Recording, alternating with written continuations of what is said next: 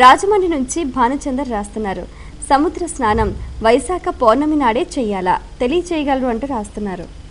సముద్రం బహ్ప్రహిణోమి స్వాం యో నిమపి గచ్చత అచ్ఛిద్ర ప్రజా భూయా సమ్మాపరాసే చిమత్పజ అంటూ యజ్ఞాగాది క్రతువులు చేసే సమయంలో ఆ అధ్వర్యుడు బ్రహ్మ ఆచార్యుడి చేత చేతిలో నీరు పోసి దర్భలు పెట్టి అందులో నీరు పోస్తాడు. మళ్ళీ ఇలా దోసి అంజలి పెట్టి దర్భలు పెట్టి అందులో నీళ్లు పోస్తాడు.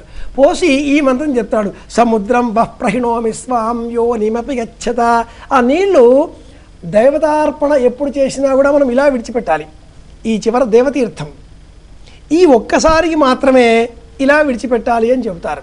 ఇలా విడిచిపెట్టే నీళ్లు మళ్ళీ పూర్తిగా నేల రాలకుండా మళ్ళీ వెంటనే బ్రహ్మ ఆకాశంత నీరు పట్టుకొని మళ్ళీ చేతిలో పోస్తాడు, కలశంలో అట్టి పెడతాడు. లేకపోతే సముద్రాలు ఇంకిపోతాయిట. ఎందుకని అంటే నదులన్నీ కూడా స్త్రీ రూపకం కాగా సముద్రుడు మాత్రమే పురుష రూపకంగా వర్ణింపబడి ఉన్నాడు. సముద్రుడు అంటాం మనం, సింధు అని చెప్తాం.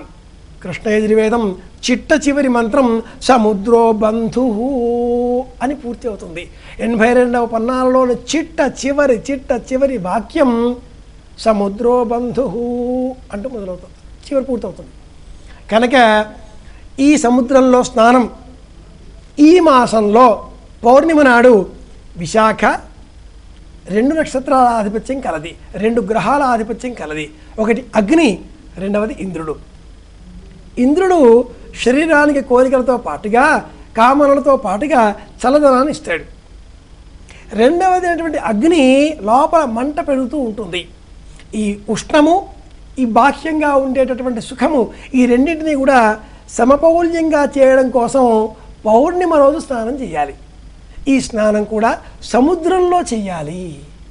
ఇంతటి నేపథ్యం ఉంది కనుక సంవత్సరం మొత్తం మీద గ్రహణాలు ఏర్పడ్డప్పుడు, సంక్రాంతులు వచ్చినప్పుడు, పున్నమ రోజు, ఈ వైశాఖ పున్నమ రోజు మాత్రమే స్నానం చేయాలి.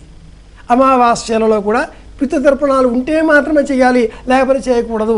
ఇలా దర్శ పౌర్ణమాస అని చెబుతూ అందులో ఈ వైశాఖ పౌర్ణమి నాడు తప్పనిసరిగా స్నానం చేయాలి అని మనకు శాస్త్రం ఒక నియమంగా చెప్పింది. సముద్ర స్నానం ఇందుకోసమే ప్రత్యేకం. వైశాఖ పౌర్ణిమ సముద్ర స్నానం.